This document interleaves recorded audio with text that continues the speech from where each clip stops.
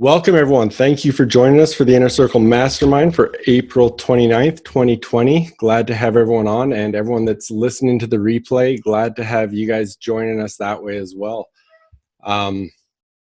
Nice that we've got some quarantine things here. We've got a couple of my kids on with us, so that's cool. Daxon and Tia. I know Cameron, you know Tia from what she's doing with Liz, but welcome you guys. And then Mike is from Denver. He's joining us as well. So glad to have all of you on with us. So I am going to open it up because obviously, just like we do every week, especially during this pandemic, I want to open it up for anything specific that anyone needs to address, or if they're dealing with anything that they would like some input from everybody on that we can help with, and any of those things. But just to get rolling a little bit, what I would like to start with is I want to talk about some marketing things. I had an opportunity with Heidi yesterday. Those of you that know that we do the Jeff and Heidi Show podcast, we had an opportunity to interview Cameron yesterday, and it was actually a really awesome interview. We had a lot of fun, and it just went really well. So I was glad to be able to do that. Hey, Justin, welcome on the call. And so what I want to talk about, because it's something we talked about a little bit on the call, and I just think it's a important issue that I don't know if really as many on this call are dealing with it as your clients are. And I think it's something that you guys, I know some of you, the clients you deal with and stuff, are dealing with it more than you'd be dealing with it yourself.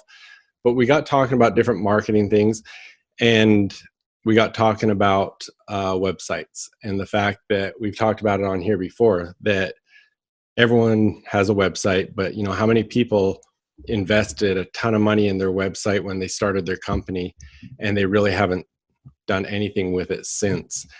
And I think it's, and actually, as I've mentioned before, that Cameron and I are working on a course right now, and it was strictly because of this that made me think of this, because now that we've entered into this period of this pandemic, you know, it's been different, because you know, it hasn't been a couple days or a couple weeks. We're going on months here, and there's going to be a lot of changes coming out of this, and a lot of people that there's going to be a big shift in how they operate their businesses and whatnot.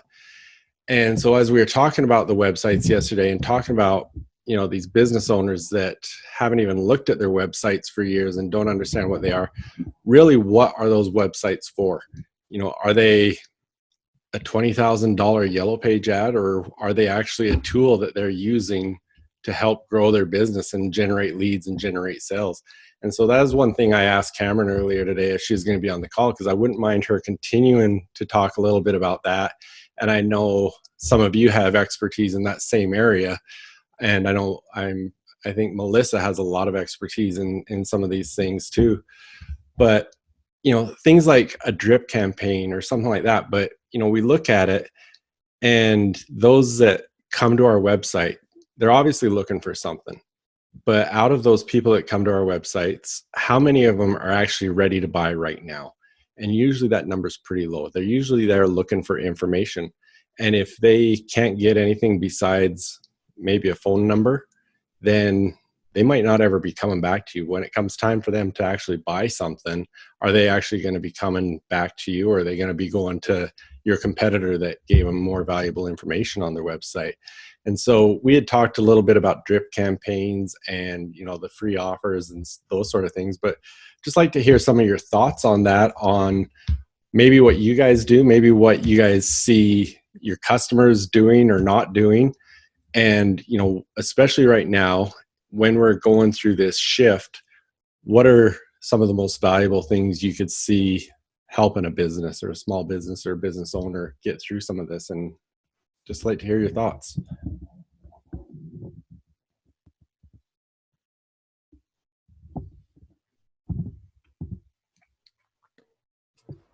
So just jump in here, just to give you an idea of what I do and what I can kind of answer my perspective, but it's more of like an outsider. So I'm actually a software architect by trade, and I did some consulting work, you know, so programming, development, so you guys know.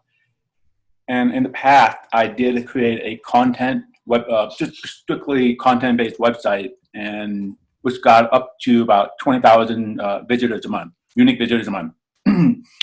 And I abandoned it because the traffic that was coming from Google were not the customers I was looking for. I ditched it.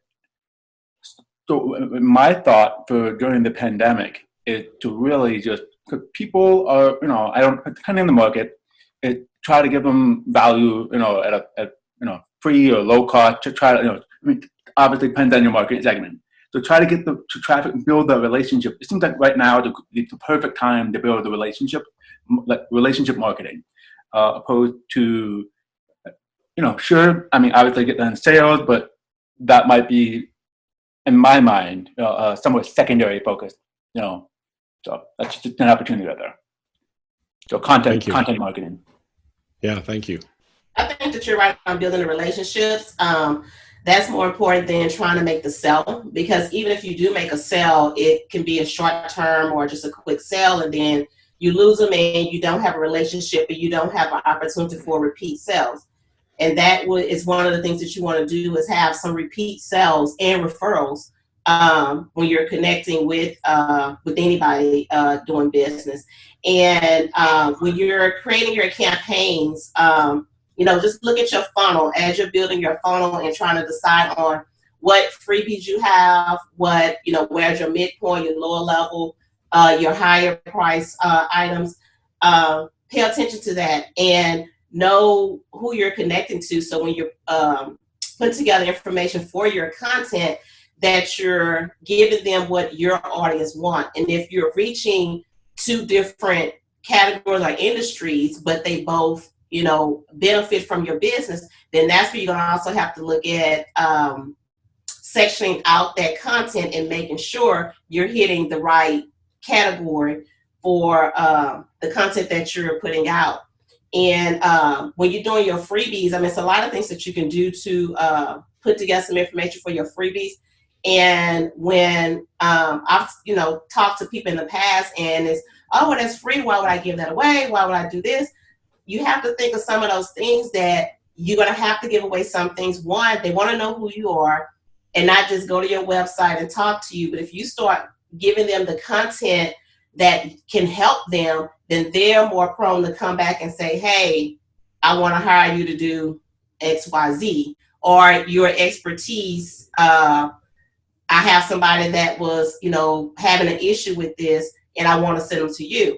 But just going to your website, yeah, you have all the information. And then as just human nature, we don't like to read a lot of times. We're going to skim through, pick out certain words. We're going to look for a video. We're going to look for a picture. So why not just give them the free content of 5, no more than a 10-page ebook or something that they can have to see, what you have to offer. I think that's a great point, both of you. And I think when you can offer that free stuff and be over delivering and giving them all the information that opens the door for when it's time for them to look at your other products. And when they can keep looking at you and say, you know what, look at all this knowledge I've gained because of the products Melissa's been giving me and it hasn't cost me anything. It's coming to me free. You're going to be their go-to. You're creating a raving fan that's going to come back to you time and again, and they're going to depend on you and trust you. And I think I said it yesterday in the thing that we did, Jeff. Being that source of reference, being that trusted source of reference with those high value offers, things that people can use when they want to learn something new. They're going to go to you. You build that trust and that relationship with them. I completely agree with everything that everyone said, and that's really what it is. It's building that relationship and being that source of reference for, I may not need your services right now, but I do want to learn a little bit more about A. Okay, great. You guys have exactly, what I'm looking for. Short, simple, straight to the point, a little checklist, whatever, about topic A that I'm looking for, and you just keep going with that. Yeah. And you hear someone like Pat Flynn talking about creating super fans, and what you do by giving them that information and, not always trying to take, but give, you're creating those super fans that they become the ones that it's like, whatever you're going to put out, they know it's knowledge that's going to help them, and they're going to be lifelong fans. It's kind of same with the whole how you go about your social media marketing. If you listen to Gary Vee with the jab right hook, you just keep giving them stuff and then throw in the right hook there with the sale. I have a question, kind of to be a devil's advocate, just a little bit, because I totally agree with what everyone's saying. But how do you do that and not get burnt out or have like content burnt out, and you just feel like you give, and then you get ready to sell the product, and then you feel like your product's gonna let everybody down but you're always just, I don't know, how do you not get burnt out by always just creating? That's my question for anybody. I would suggest making a list of those things that you are expert in and things that you may not quite be an expert at, but want to start, sharing content or adding it to your website or your business. And then that's where you do your research, you do your due diligence, and, get books, get on the internet, find out who's in those industries, see what they're doing. See if you could connect with them, build some type of relationship with them. And that's why the drip campaign comes into play too, because if you have your list and you're doing a drip and you've done, say, 5, and they haven't responded, they haven't opened the emails, they haven't did anything, then it's time to, take that person off of that list, because one, either they're just completely not interested, or they don't like what you're sending to them. So you have 2 things: to just drop them from the list, or do one last push and reach directly to them and find out what they want, what they're interested in, and if that's something you can truly provide, or it may not be a good connection for you.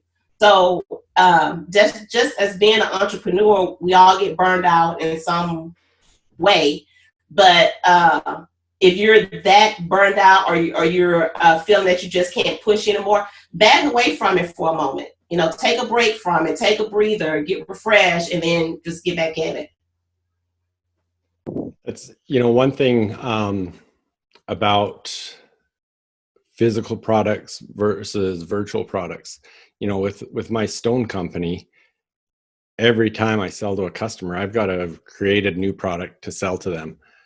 But on the other hand, with virtual products, you create it once and you can sell it however many times that you want. And so if you guys can see this, I'm working with Liz, and this is kind of the process we're going through, where she's creating the opt-in in her website, giving the free stuff away, and then it goes into the sales, and it continues on from there. But I think the biggest thing is that's when you're in that business, you're always creating, and you're always going to have to be creating content and stuff. But like Liz, what you and Tia have created so far, it can go forever. It's just a matter of bringing new people into the funnel. Once someone's gone through that and bought your first course and stuff, no, they're not going to buy it again. I mean, they've already got it. But as you bring more people in the funnel, you don't have to create that again. It's already there. So then instead of creating that again, that's when you're creating your next thing. So the people that buy your course now, they're buying the next thing. But kind of going on with what Melissa was saying too, that's when you can joint venture with people as well. Because I'm doing a similar thing, right now on my website, I've got my Momentum series that I'm giving away for free. And then from that, it's going to go into offering the course that Cameron and I are doing.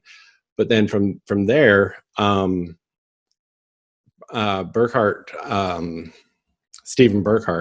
that had me on his podcast, he's created a course on teaching, and I've posted it, so you guys might have seen it, on how to do your own filming for small businesses and stuff like that. And so that's actually something down the road that's going to be one of my offerings, a free offering, just offering value of here's a course on how to do for small businesses, how to do your filming. Here's the lighting you need. Here's the tool, whatever you need. And it's also a way for him and I to kind of go back and forth and get his people from his funnels introduced to me and vice versa. People that are with me introduced to him, but it's offering something of value. And also, Liz, if you're talking about like being that trusted source of reference, like that's not, I mean, especially starting out, like that there's no way. I mean, you'd spend thousands and thousands of hours just creating a whole bunch of content, and if you don't have the traffic, then no one's going to know. So it's an ever growing process. And I always tell my clients, like as they start to do blogs, do not put up a blog page until you have at least 5 different articles, and only put up 3. And then you have 2 that you can put up in next month, and it looks like it's new content, but you didn't have to do anything for like, a whole month. You could think about your next article.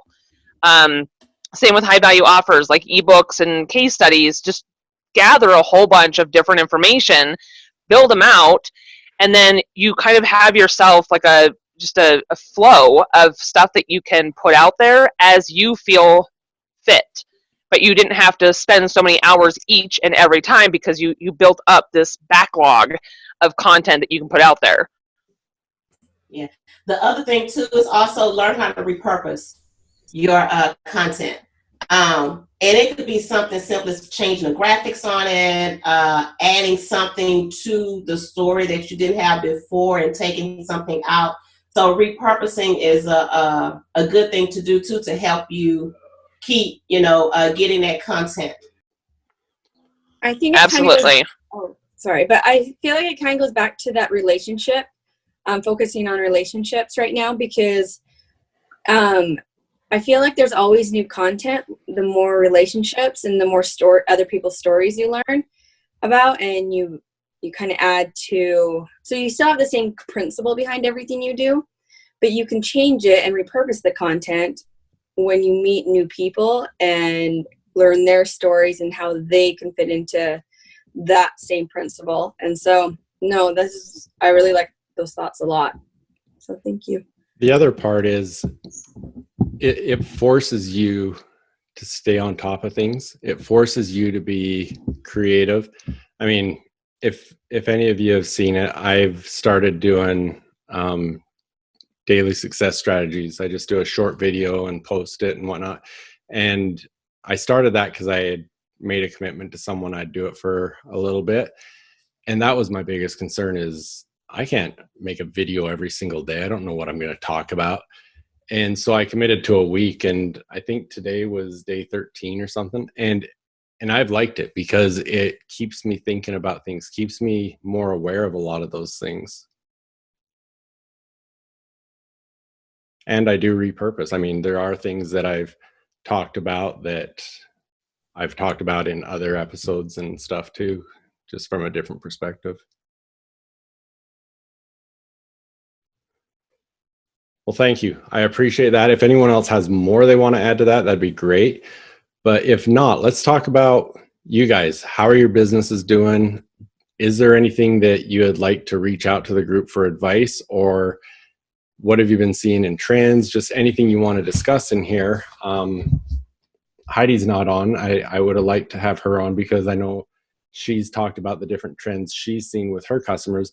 And it's been interesting with her because she works in merchant services. So she's working with retailers that are taking deposit and taking MasterCard and credit card payments and whatnot.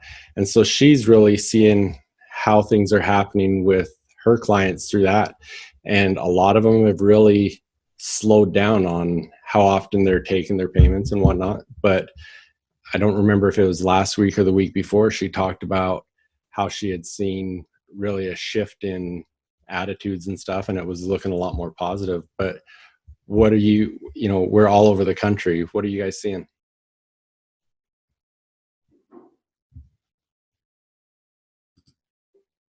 I'm definitely seeing a lot more people reaching out and like realizing that, now they have this kind of downtime, but they still have, somewhat of a little bit of marketing budget, reaching out and getting that help because maybe they had to, lay off their entire marketing team, but they just need an extra set of hands at, less salary cost right now. My question, though, for everybody is, how do you go about managing the time spent on proposals before you even get the client? Because obviously we want to impress them and you have a meeting with them, but at what point do you yourselves say, you know what, I've spent way too much time and I don't even know if this person's going to buy? What's that limit that you set for yourselves, if you have one? What I do is I use a Proposify, and I already have your basic, general proposal stuff already there. And then you have a template where it's a fill in the blank, where you customize it to that particular customer, the project, the services, whatever it is that you're doing for them. Then that way I'm not spending a lot of time on proposals, because if when it comes to that time to do a proposal, it's just a matter of click, click, click, the templates drop in and everything else fills in. And the only thing I have to do is just basically put the services in. So I don't take a lot of time with that. So maybe look at something like that. We have a template. But because of our services being such a wide variety of marketing and design, it is very tailored to that client.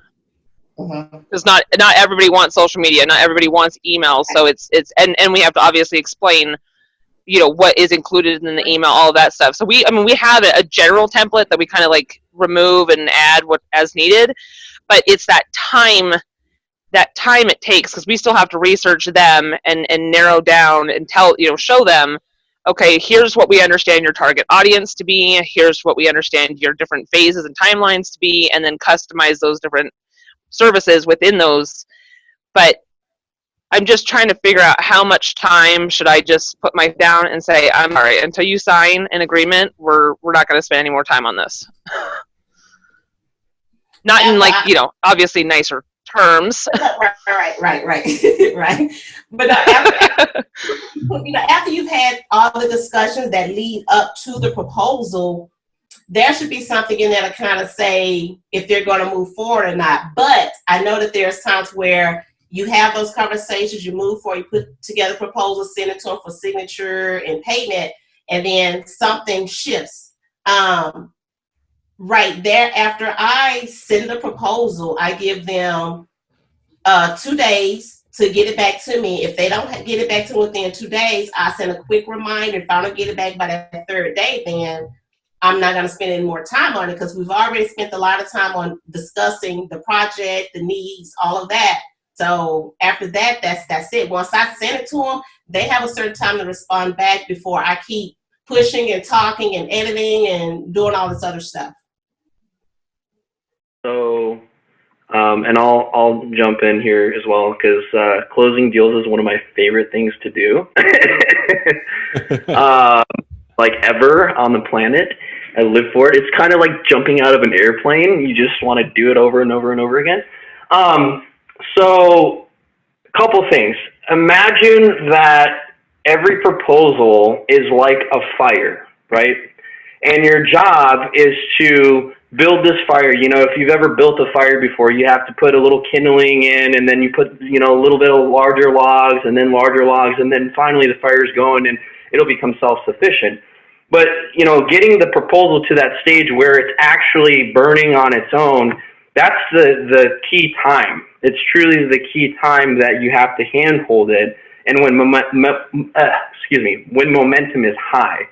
So, in my opinion, and what I've always had success with, similar to some of those that have spoke up, you put a timestamp on it. For sure, right? Don't give people tons of time to think about it, because the reality is, if they're not willing to make a decision today, they're not going to probably be ready to make that decision tomorrow, 2 days from now, 2 weeks from now. And in fact, it'll actually inhibit your deal getting done, because more than likely, there's an old adage, time kills all deals, right? So keep that in mind. When momentum is high, you want to actually, that's the time to strike when the iron is hot, so to speak. I generally give them, especially if I'm giving them like an exclusive offer or significant discount, I'll give them like a day of. Like I need to hear from them that day with signature and principal kind of thing. But usually no more than 24 to 48 hours. The other thing that's really important is have all your paperwork, and ideally use something like DocuSign that is very quick and easy and efficient to get through the system. Have all that already ready to go. So by the time you have this call with them, you're acting as if you're going through that process with them, already assuming the close, assuming the sale. So then when the call is done, you're lighting up their inbox with that agreement, and they're going to get it because they're excited still, and that's the time to get them in and closed. And now I know it varies from line of business to line of business, but just generally speaking, in my 20 years of sales, that's what I've found has been the most successful. Yeah, because we have all of those tools in place, and I'm a marketer. I am not a salesperson, but it's sitting, because we had several meetings with this one person or this one potential client. We even reviewed the proposal together as a group, sent it to her to review, look at the general contract so she can see, we take their confidentiality very seriously, like all of that, the terms and conditions, everything. And I've sent her several emails to follow up, crickets. And it's like, and she wanted to move quickly. And it was like, okay, you said you love the proposal. You've got everything you have, that you asked for, plus some. Like, we gave her some additional stuff to look at. And then, just dropped off the face of the planet. Can I ask you a question? We probably spent about... Are you giving them stuff go ahead. email, or are you reviewing this live with them via Zoom or something? We reviewed it live through a screen share, the proposal, Okay. And then we sent it to her afterwards to forward to some of her other team members that wanted to see it that couldn't make the call. And then, everything was walked through at that time. That's so that's the linchpin right there. So key element is you have to make sure all the key decision makers are on the call. I'm sure you know that already. She's the owner. She's the founder. Then why the hell does she need other people's opinion on it? Exactly. Yeah, exactly. I'm not, I don't know. Yeah, it didn't make sense to me either, but, and we spent like a lot of time because they're a startup. So we spent a lot of time like signing the NDA agreement and researching really like who her audience should be, where they are. And, 2 meetings, we had 2 hour-long meetings with her, one before the proposal and one after, or, as we're all reviewing it, and follow up everything, and just dropped off the face of the planet. Just to add, go ahead, Justin, go ahead. That's what I call when they go on witness protection program. Just to add what Justin was saying, I was doing some filming today on the course, and I was actually talking to something similar to this, talking about a carpet distributor that I had worked with, that it was amazing the difference it made by their salespeople to have all the contracts and everything with them when they were making the sales call, so that they could wrap it up then rather than give the information and then get back to them. And the difference was enormous just by making sure that when they had the client at their peak interest, they could close the sale right then. But the other thing I was thinking about as you're talking about that is, a lot of times you get tied up in the excitement of closing a big deal. I was thinking of, when I've been down here since summer of 2016, but before that, when I was living in Canada, I was working on a big deal with my stone company, and it was a project that I really wanted. And typically this is a project that, would be wrapping up within that 6-month period. And I put a lot of time and effort into it, and I didn't close it. And just assuming that I had lost it. And so we're looking at 4 years ago, we just closed that. And so there's other things that can come into play. and it didn't close at how we thought it would. All of a sudden it's a completely different scenario and stuff, but we ended up getting the job. But also what I was thinking about, Cameron, the proposal of yours that I saw this week, that obviously looked like something that you had invested a lot of time into. And another one, it had a lot of upside, a lot of potential. And then I saw the response. Yeah. So yeah, those are hard. It's because it's not, and like I said, we have all kinds of templates that we try to use, and we use Right Signature for our contracts and everything. I mean, I can literally send out a contract in 2 seconds. I put in whatever level of monthly retainer they want and email it to them. Like the contract part's not an issue at all.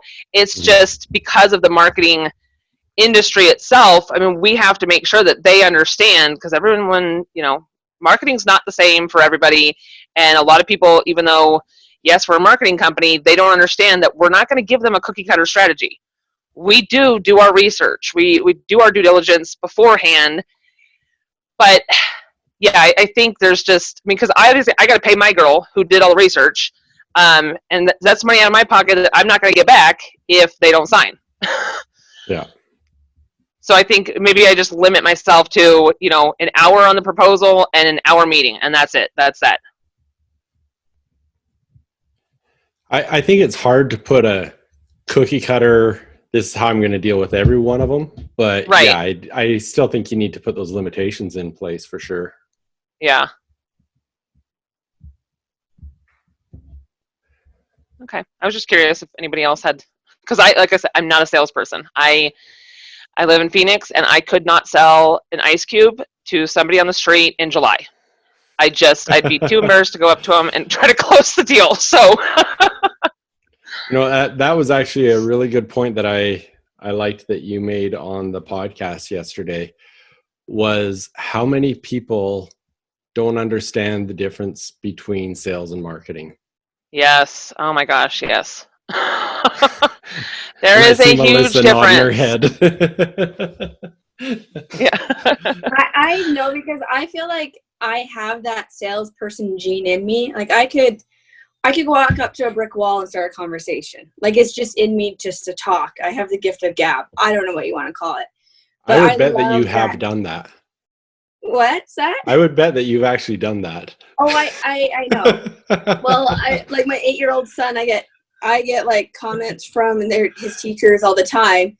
We love Eli, but he just won't shut up. And I'm like, I'm sorry, he gets it from me. It's also probably my ADHD too. But anyways, I can't market. Like I struggle at marketing. I don't like it. I do it on social media, for example, because I know that that's where my community is. That's how I can, like, especially now that we've been in quarantine, like I've been able to connect with people and build those relationships on social media. But honestly, if someone came up to me and said, tomorrow all social media is going to be taken away, I'd be like, great, thank you. And because I hate marketing, but I love making connections. And I think sales is all about making connections, and like marketing is, I don't even know what marketing is. So someone else has to fill in that blank, but because I was not very good at it at all. So I agree with Cameron wholeheartedly about that one.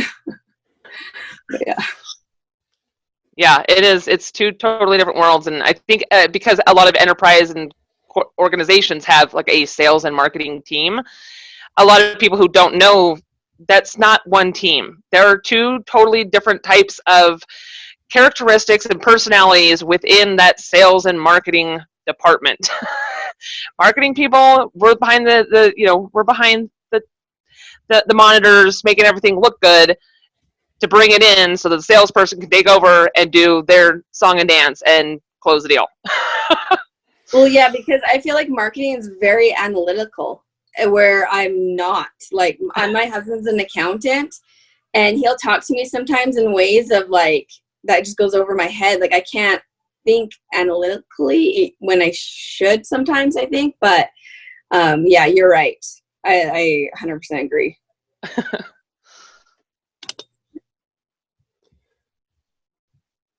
Awesome. Well, thank you.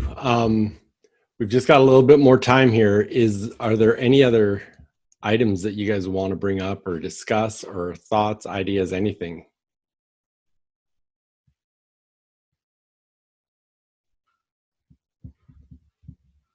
One thing I was just thinking about, and if anyone has anything, go ahead and chime in. But I think Mike's the only one, but Mike and I are both part of KBB with Tony Robbins and Dean Graziosi.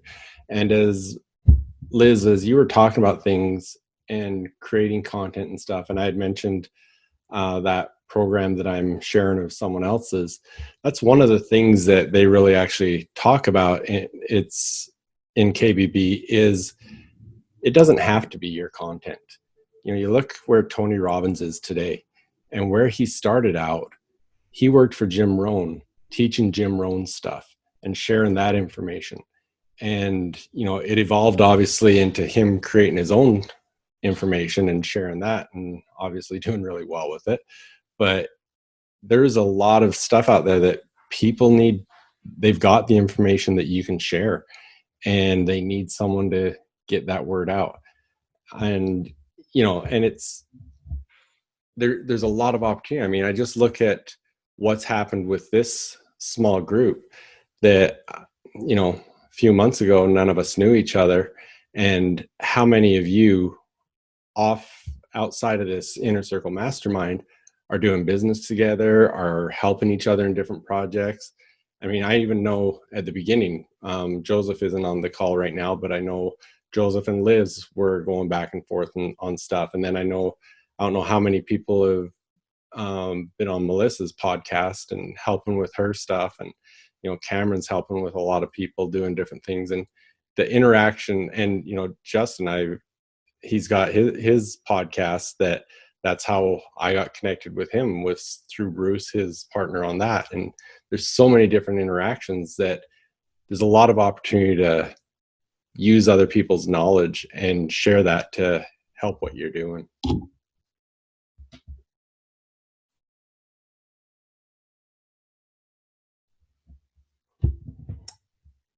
Alrighty, well, we are getting to the end of our limit here, our time limit. So if there's nothing else, hey, thank you guys for being on the call. And if you have anything come up throughout the week, jump on our Facebook group, ask questions, thoughts, whatever. And I appreciate all the input and feedback we got today. And for those of you that are interested in it, it'll be a week from today that Cameron's podcast will be released on our stuff. And actually, if you guys haven't seen it, Melissa's podcast is great. She's got Liz's was on there just a little while ago, but she's got some great podcasts. And then obviously we talked about her magazine coming out on the 5th. So we're looking forward to that. So thank you, everybody, and stay in touch, and we'll talk soon.